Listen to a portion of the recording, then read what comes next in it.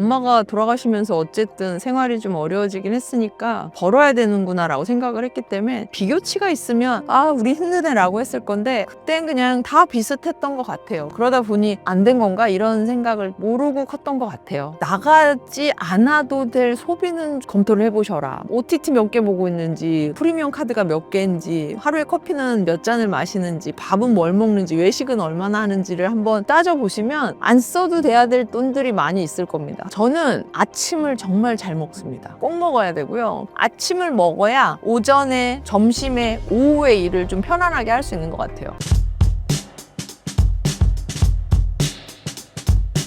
안녕하세요. 저는 메르세데스 벤츠 공식 딜러 한성자동차에서 근무하고 있는 윤미애라고 합니다. 반갑습니다. 가진 게 지독한 뿐이라서를 집필하시게 된 계기가 무엇인가요? 제가 2030 도전이라는 영상에서 지금 175만까지 가고 있는데요. 그 영상이 뜨면서 많은 출판사와 많은 유튜브 채널에서 컨택트를 주셨고 제 어떤 삶의 이야기를 좀 책으로 달아보면 어떨까라는 제안이 좀 와서 책을 좀 쓰게 됐고요. 책은 꼬마 때부터 그래도 평생 한번 책은 한번 써야 되지 않나라는 생각은 막연하게 계속 갖고 있었거든요.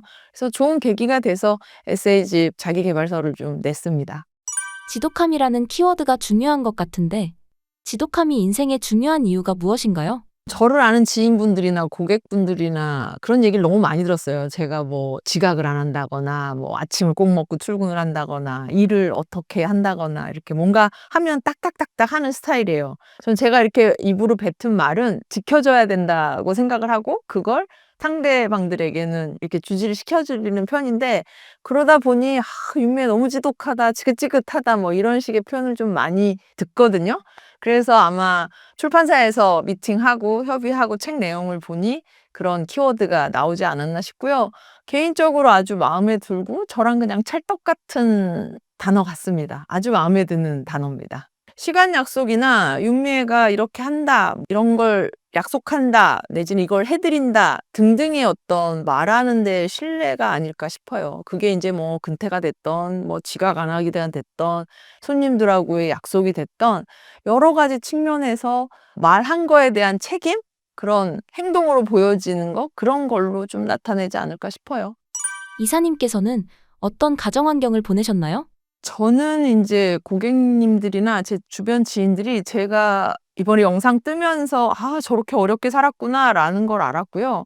보신 이미지랑 다르게 어렵게 살았습니다. 그러다 보니 외모나 말하는 거나 하는 일이 벤츠 딜러고 이제 워낙 자산가들을 만난다 생각을 하셔서 다들 제가 좀 있는 집이 아닌가, 잘 사는 집 아닌가라는 생각들을 하시는데 그 영상이 뜨면서 제가 많은 게 좀 오픈이 됐죠.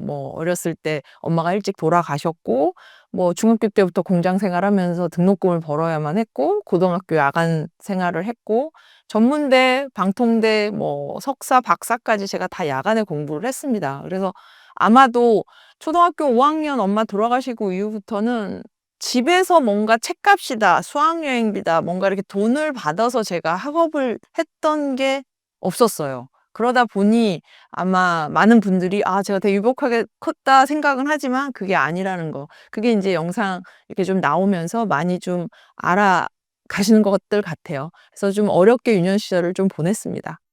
밤에는 공부하시면서 오전 오후 시간에는 어떤 일을 하셨나요?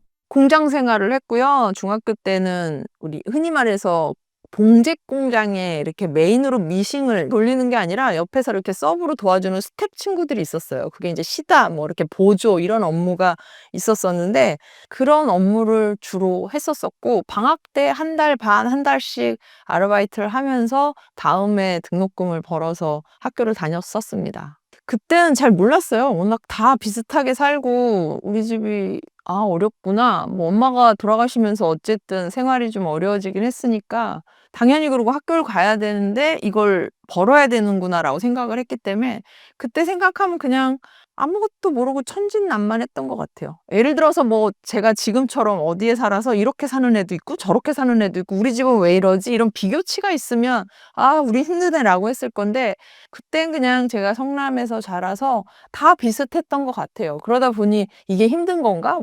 안 된 건가? 이런 생각을 좀 모르고 컸던 것 같아요. 근로소득으로는 절대 부자가 될 수 없다는 말이 유행하는데, 월급쟁이가 부자가 될 수 있을까요? 그게 유행하나요?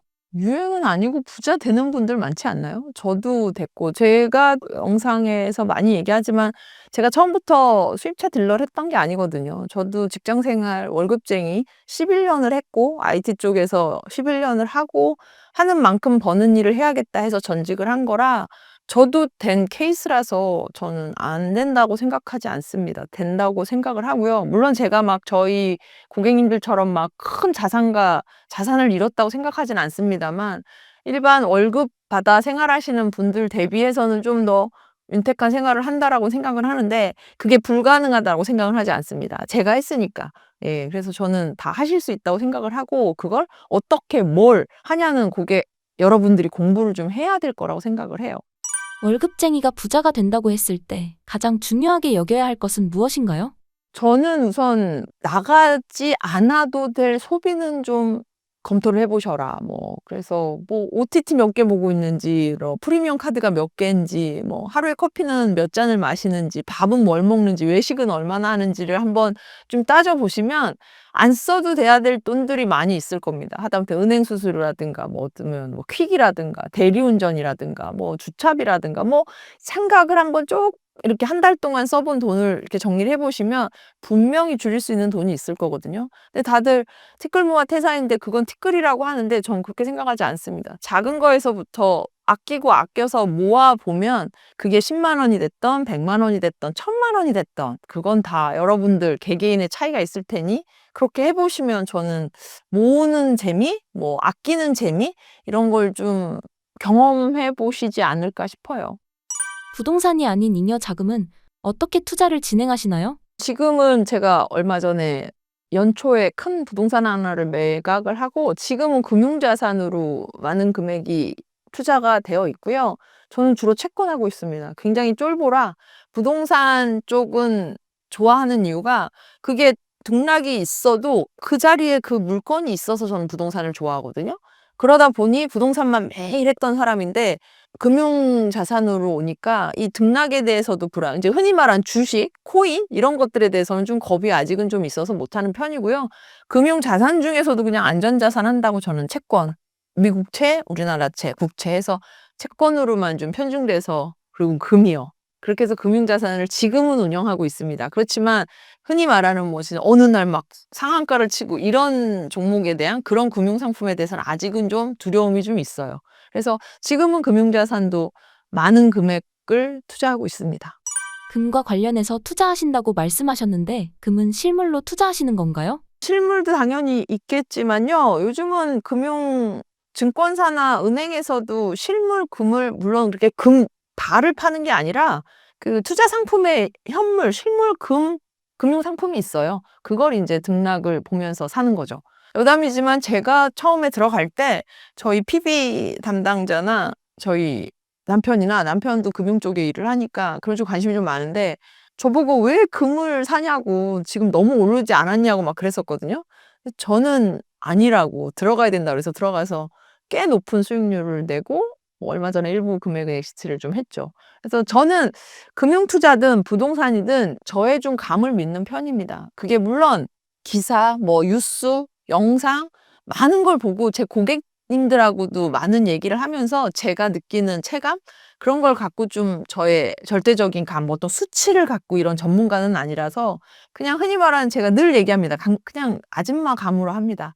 그런데 그게 아시겠지만 부동산, 아파트도 그렇고 우리나라 40대, 50대 아줌마들의 감이 최고인 거 아시죠? 그걸 저는 좀 믿는 편이고 그런 감을 찾기 위한 최적의 직업을 갖고 있는 사람이라서 아직까지는 투자에서 크게 이렇게 좀 실패를 해본 적은 없는 것 같아요. 성공을 위해서 매일 수행하셨던 이사님만의 루틴 같은 게 있을까요? 저는 아침을 정말 잘 먹습니다. 꼭 먹어야 되고요. 그거는 결혼하면서부터는 매일 시작했던 그리고 뭐 남편이 했던 제가 했던 아침을 꼭 먹는 습관이 있는데요. 아침을 먹어야 오전에, 점심에, 오후에 일을 좀 편안하게 할 수 있는 것 같아요. 그래서 아침을 먹는 거. 그래서 엊그저께 무슨 촬영을 하는데 그분이 역시 부자들은 늘 아침을 먹네요. 이런 얘기를 농담처럼 하는데 그게 하루를 시작하는 그러니까 저는 이제 일을 하는 사람이니까 뭐 10시, 11시에 이렇게 브런치를 먹을 수 있는 사람은 아니거든요. 그런데 아침을 먹으면 우선 10시, 11시, 12시 시간에 대해서 활용이 됩니다. 뭐 상담이든 그게 일이든 집중해서 일을 할 수 있는 시간이 되고요. 저 같은 경우는 사람들을 만나는 일을 하다 보니까 12시에서 1시, 흔히 말하는 점심시간에 그분들이 차를 보러 온다고 하면 그 시간도 전 상담이 가능한 거예요. 그래서 그게 어떤 하루의 시간을 좀 더 활용하는 데 있어서는 아침 꼭 먹어줘야 되는 게 뒷받침이 된다는 얘기거든요. 그래서 아침을 좀 꼬박꼬박 먹는 편이고, 뭐 많은 영상에도 말씀드렸지만 전화를 정말 잘 받습니다. 전화 뭐 문자든 카톡이든 뭐 이메일이든 회신이 굉장히 빠른 직원이에요. 그래서 저는 성공 뭘로 했냐? 아마도 좀 빠른 피드백과 어떤 루틴한 저의 생활인데, 식사 잘하는 거, 건강 체크 잘하는 거, 주 2, 3회 운동하는 거, 누구나 다 할 수 있는, 누구나 다 하는 그런 것들을 좀 꾸준히 한결같이 하는 게 제 장점이지 않나 싶습니다. 성공한 사람의 아침 식단이 궁금한데 알려주실 수 있나요? 저는 아침 제일 푸짐하게 먹습니다. 뭐 소고기도 구워 먹고요. 삼겹살도 구워 먹고, 아 오늘 고기가 먹고 싶네 그러면 아침에 고기에 쌈에 제대로 한 끼를 해결하고요. 뭐 어떤 분들은 뭐 간식처럼 뭐 낫또나 블루베리 이런 것도 먹는데, 지금은 낫또, 블루베리도 먹습니다. 그래서 아침을 정말 든든하게 먹는 편이고요. 점심 안 먹고 저녁도 가볍게 고구마나 간식거리로 해서 좀 처리를 하는 편이고요. 물론 약속 있는 날은 점심 거르고 저녁에 술자리를 좀 하기는 합니다. 그럼 이제 운동을 좀 더 열심히 해야 되는 거죠. 가까운 지인 5명의 미래 평균 연봉이 당신의 미래 연봉이다 라는 말이 있는데 어떻게 생각하시나요? 100% 동의한다기보다는 그게 어떤 관계이냐 싶어요. 비즈니스 파트너일지, 가까운 친구일지, 아니면 형제 자매일지 등등에 따라 너무 나뉠 것 같은데, 비즈니스 파트너라면 가능하다라고 생각을 하고요. 그게 지인이다, 뭐 친구다, 뭐 형제 자매다, 그럼 좀 달라질 것 같아요. 뭐 형제 자매가 한 사람이 많이 번다고 그래서 가족들이 다 같이 그렇게 평균 연봉이 올라가고 그러지 않거든요. 물론 삶에 도움은 되지만 되려 삶이 차이가 너무 많이 나면 되려 시간이 갈수록 이렇게 벌어지는 경우도 많습니다. 그러다 보니까 아, 나이 들어서도 형제자매보다 비슷하게 살아온, 비슷하게 버는 사람들끼리 쭉 오래 가더라고요. 여행을 가든 밥을 먹든 이야기를 하는 자리를 마련을 하든 비슷한 공감대가 있어야 되는데, 그게 소득과 어떤 삶의 수준이 비슷해져야 유지가 되더라고요. 그래서 그게 그럴 수 있는 사람들과 쭉 함께 할 수 있는 관계라면 뭐 그럴 수 있다고 생각합니다. 허나 뭐 그게 뭐 형제자매라든가 뭐 다른 직장 동료라든가 뭐 등등의 그런 관계라면 되려 더 벌어지는 악순환도 되지 않을까 싶습니다. 세일즈를 하시면서 많은 사람들을 만나셨을 것 같은데 오랫동안 곁에 함께 가는 사람들의 공통점이 있을까요? 저도 세일즈를 하지만 사람인지라 저랑 결이 맞고 저랑 스타일이나 결이나 어떤 생각이나 사고가 맞는 고객분들하고 쭉 가요. 그분들하고 이제 거의 친구, 지인처럼 되면 이분들이 정말 저를 팔아주거든요. 그렇게 되기까지 그런 분들하고만 함께해서 쭉 가고요. 정말 고객이 차 한 대로 끝났다, 한 번 보고 땡이 이런 분들하고는 아주 롱런해서 막 언니 동생 내지는 선배 후배 이렇게 가지는 않고 있는 것 같아요. 그래서 아마도 똑같이 저희 친구 사귀는 것처럼 저랑 비슷한 결의, 저랑 사고, 저랑 취미 등등이 맞는 사람들이라면 쭉 그냥 지인으로, 친구로 발전해서 롱런하는 것 같습니다. 시간이 흐르면서 손절해야 할 것 같다고 느끼셨던 인간관계의 특징이 있을까요? 우선 저에 대한 피해의식이나 저에 대한 자격지심 있는 그런 분들 당연히 피하고요. 경조사를 한 번씩 해보면, 큰일을 치러보면 아, 이 사람이랑 쭉 갈 사람 아닐 사람 이렇게 나뉘어집니다. 그래서 어른들 그런 얘기를 많이 하셨는데, 그래서 저는 이제 뭐 아이들 돌이나 어른들 상을 치러받거나 이런 일들을 이제 결혼하면서 많이 경험을 했는데, 그렇게 해서 오신 분 안 오신 분, 내가 갔는데 안 오는 분, 되게 속물적인 것 같지만 저는 그게 현실적인, 흔히 말해서 가르마 타진다고 생각을 하거든요. 그렇게 하면 아, 이 사람이랑은 쭉 갈 사람, 이 사람이랑은 아닌 사람 이렇게 좀 정리가 되는 것 같아서 그냥 쉽게 경조사로 저는 좀 구분을 좀 하고요. 그리고 웬만하면 안 좋은 일에는 꼭 가고 좋은 일은 조금 일정이 안 되면 미루더라도, 그러다 보니까 안 좋은 일이어도 누가 돌아가셨다 그러면 지방이라도 저는 꼭 한 가지는 가는 편이거든요. 그런 유의 건 아마 저 아닌, 모르겠어요. 제 주변에 있는 대부분의 성공하신 분들은 저랑 같은 비슷한 얘기들을 많이 하시더라고요. 그래서 저도 그렇게 따라서 많이 하고 있고요. 그렇게 좀 구분이 져지는 것 같습니다. 어떤 사람의 경조사에 참여해야 하냐 마냐에 이사님의 기준이 있을까요? 내가 이렇게 했을 때 저 사람이 오겠지 하는 사람들을 초대하죠. 예를 들어서 제가 무슨 일을 치렀어. 제가 경조사를 해서 이분이 왔어. 그럼 나도 저렇게 하겠지 하는 분한테 초대를 하고 초대를 받죠. 그래서 전 언제나 사람들한테 뭐 예를 들면 어디 끝나고 제가 배웅해서 모셔다 드릴게요 하면 다들 너무너무 아니요 됐어요 이사님 어떻게 뭐 저까지 어떻게 데려다 주세요 막 하거든요. 아니요 저는 그렇게 언제나 그렇게 생각합니다. 대표님이 똑같은 상황이면 저 데려다 주시지 않을 거예요? 예를 들면 지하철역까지, 예를 들면 비가 오니까, 뭐 예를 들면 대표님도 그러지 않을까요? 제가 여쭤보거든요. 그렇죠. 그래서 저는 제가 모셔다 드리는 거니까 그냥 편하게 가시죠 라고 모셔다 드리거든요.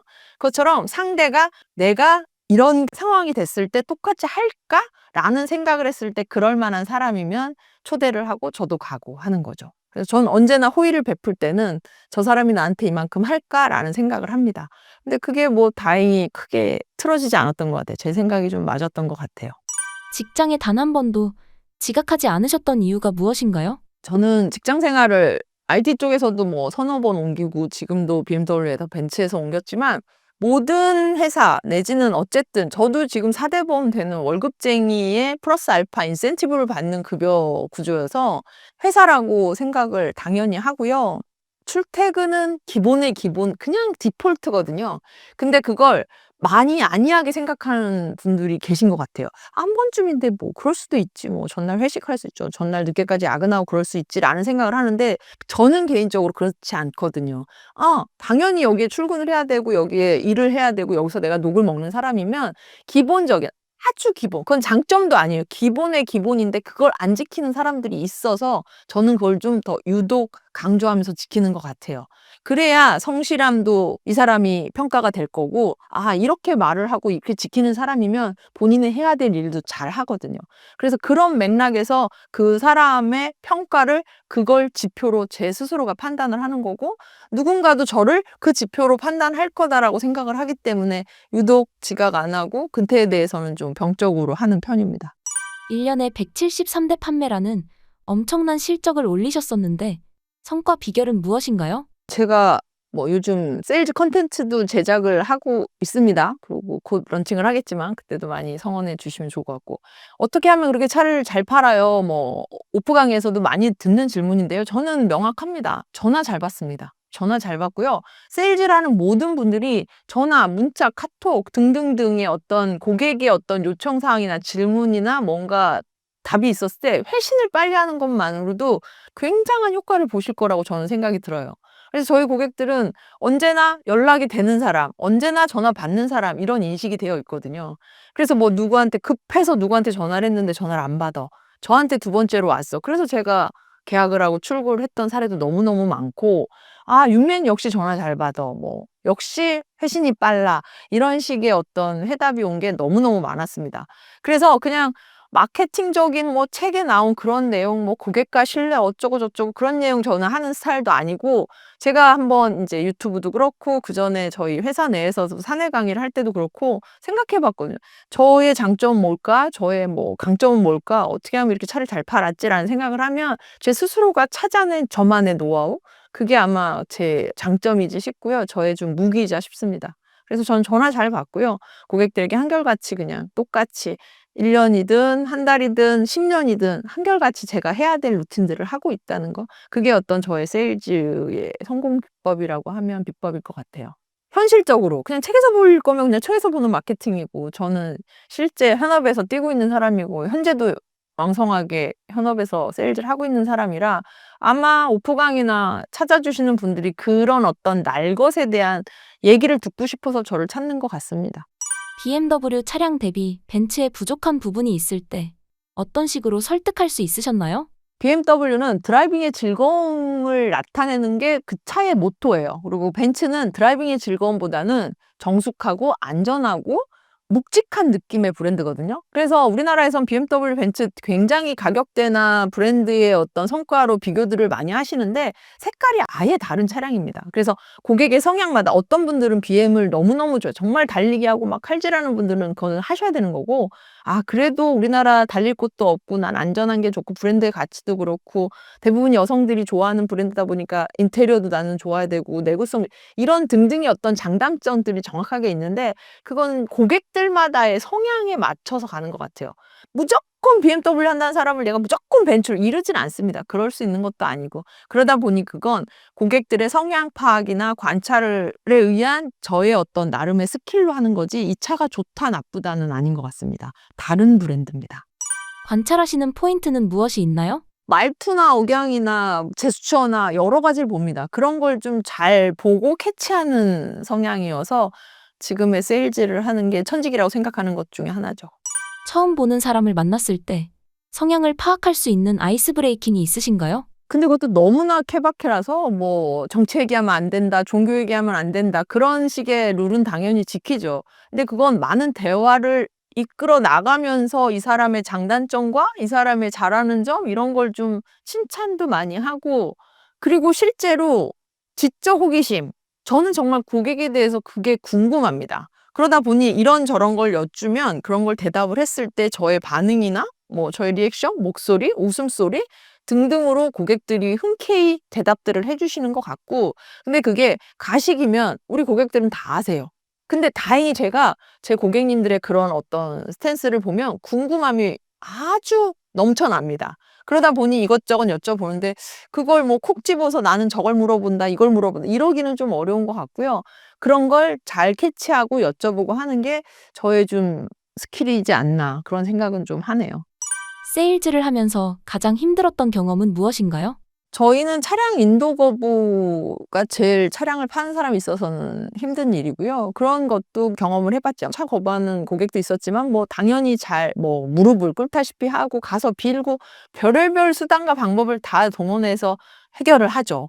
그리고 뭐 제 출산하는 날도 차 안 받겠다는 고객님이 있어서 둘째 아이 낳는 날이 그분 출고일이었던 적도 있었고요. 그래서 저희는 아마도 대면으로 어떤 일이 닥쳤을 때 어떻게든 해결이 된다라는 마음으로 고객을 대하면 해결을 다 하더라고요. 물론 너무너무 어려운 점도 많았고 힘든 것도 많았습니다. 그렇지만 그걸 지금 여기서 함축적으로 다 나열해서 말씀드리긴 한계가 있고요. 그런 것들도 다 얼굴 보면 이야기하면서 뭐 수긍하면서 감동 드리면서 감동 받으면서 인도 거부도 다 해결을 했던 것 같아요. 만남을 거부하시는 고객분이 있을 때 어떤 방법으로 해결할 수 있을까요? 당연히 만남 거부하죠. 차서라고 한다 생각할 수 있으니까. 그런 분들한테 그냥 문자든 우편 DM이든 꾸준하게 10년이 됐던 3년이 됐던 보여주는 겁니다. 그러면 그분이 언젠가 벤츠를 사야 될 때는 찾는 딜러가 되는 게 중요한 것 같아요. 아닌 분들한테 계속 어프로치 하는 건 스팸 처리됩니다. 스팸 처리. 그래서 그런 걸 주의하려고 저는 이렇게 문자를 무분별하게 많이 보낸다거나 이슈 있을 때마다 뭐 그러지 않습니다. 딱 한 달에 한 번만 보내는 편이고 우편물도 마찬가지고요. 그래서 그건 이 사람은 내가 이렇게 계속 어프로치를 해야 되는 손님이다. 이건 계속 이렇게 하면 안 되는 고객 이런 거는 고객의 어떤 성향을 보고 영업사원이 판단을 해야 되는 거라고 생각을 합니다. 원래 부자였던 사람과 자수성가한 사람의 차이점이 있을까요? 제가 생각했을 땐 저는 자수성가거든요. 제가 아무리 수천억 자산가가 돼도 그들의 어떤 아우라나 결은 못 가져가요. 예를 들면 되게 편안함, 긍정적임, 그리고 되게 밝은, 그리고 여유로움. 그런 진짜 보이지 않는 그런 분위기라는 게 있습니다. 그분들이 되게 힘들어지고 막 망한다 하더라도 그분들이 갖고 있는 그런 결이 있어요. 근데 저는 그런 분들 너무 많이 뵙잖아요. 제가 그걸 너무 쫓죠. 너무 갖고 싶고 배우고 싶고 제가 따라하고 싶지만 그분들이 갖고 있는 걸 제가 절대 가질 수 없는 것들이 있는데 그런 보이지 않는 긍정적인 밝음, 되게 좋은 에너지들이 있다고 치면 저처럼 자수성가한 사람들은 우선 여유가 없고요. 되게 급하고요. 그리고 의심이 많습니다. 물론 부자들도 의심 많지만 이제 저 같은 경우로 그냥 빗대어 얘기를 하면 급하고 의심 많고 많은 걸 재고 이게 안 되면 어떡하지? 이걸 안 됐을 때 어떻게 해야 되지? 하는 대안까지 생각을 아주 많이 하는 편이에요.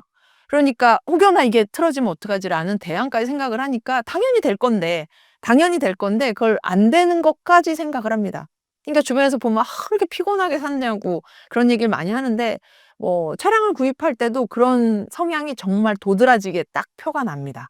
그래서 저는 나는 아직은 정말 부자가 아니구나라는 생각을 정말 많이 하면서도 저렇게 가고 싶다라고는 하지만 저걸 제가 돈을 아무리 많이 벌어도 수억 수천의 자산가가 돼도 가질 수 없는 결이라는 걸, 아우라라는 걸 너무나 느끼고 있죠. 그래서 저희 애들은 그런 전자로 좀 이렇게 크길 바라는 엄마 마음이 있습니다. 일반적인 사람들이 원래 부자였던 사람들의 특징을 갖기 위해서는 어떻게 해야 할까요? 힘들죠. 살아온 아이덴티티가 다르고, 살아온 DNA가 다른데, 그거는 가질 수 없어요. 제가 못 갖고 있잖아요. 지금 그래도 먹고 살만하다고 해도. 그래서 그냥 겉만 보고 고객들은 저한테 그렇지 않아요? 라고는 하지만 제 스스로가 알아요. 제가 부자가 아닌 걸. 그리고 그런 어떤 그분들의 아우라를 가질 수 없다는 걸 제가 너무 잘 알아서 막말로 꼴값 떨진 않습니다. 저는. 예, 아직은 멀고 그렇게 될 수 있는 사람도 아니라서. 진짜 부자는 제네시스를 탄다는 말이 있는데요. 이사님의 경험으로 진짜 부자들이 타는 차는 무엇인가요? 좋은 차를 오래 탑니다. 그게 벤츠가 됐던 BM이 됐던 벤틀리가 됐던 롤스로이스가 됐던 좋은 차를 되게 오래 타십니다. 제네시스일 수도 있죠. 요즘 제네시스 많이 팔리니까. 제네시스도 있고 어쨌든 본인이 생각해서 고민해서 여러 가지를 감안해서 구입한 차량이면 아끼고 진짜 쓸고 닦고 정말 깨끗이 오래 타시더라고요. 진정한 부자들은.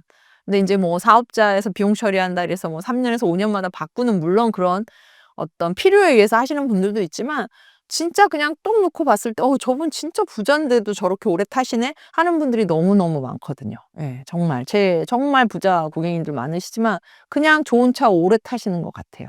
그래서 딱히 무슨 브랜드다라는 아닌 것 같습니다. 한 차를 오래 탄다면 이사님 입장에서 영업에 어려움이 있지 않나요? 그쵸. 그렇죠. 그분들이 소개를 하죠. 그래서 저는 제 고객님들한테 언제나 말씀드리는데 제 고객님들이 저희 차 파는 거 별로 안 좋아합니다. 차가 좋으니까 오래 타시는 거고 저랑 계속 문자든 전화든 관계를 유지하고 있는 거라서 저는 고객님들한테 이거 이러면 어때요? 그러면 저는 그냥 더 타세요라고 많이 말씀드리는 편이에요. 그래야 저랑 계속 연결고리가 있는 거니까.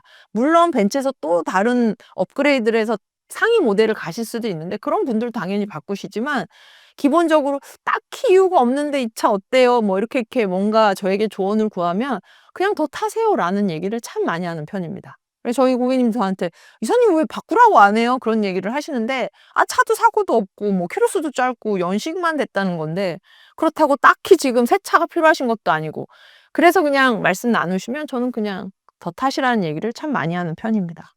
세일즈를 하시면서 인상적이었던 고객이 있었나요?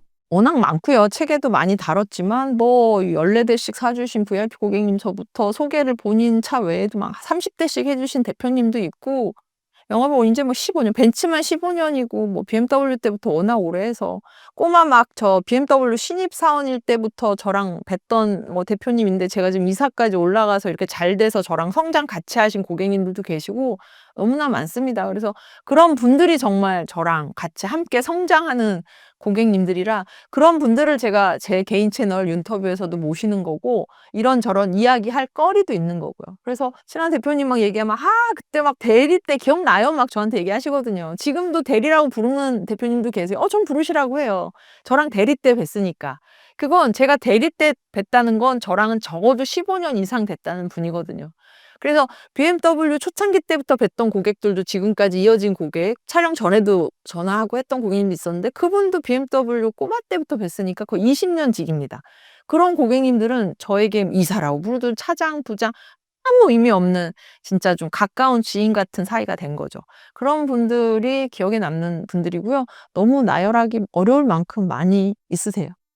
실제로 손님들에게 투자 정보나 인생에 도움되는 조언을 얻기도 하셨나요? 그럼요. 저는 차량 관련해서도 이야기를 하지만 그 외에 사담도 많이 하는 편이라 뭐 재테크 관련 이야기도 많이 듣고요. 금융상품 이야기, 당연히 부동산 이야기, 그리고 어떤 삶의 자세 뭐 이런 것도 정말 많이 들어요. 그리고 제가 어딘가에 가서 이렇게 상담을 하고 뭐 물론 차 계약도 계약이지만 이 사람한테 뭔가 하나 이렇게 우리 흔히 말해서 이렇게 빼먹는다고 하는데 그런 게 없었던 적이 없었던 것 같아요.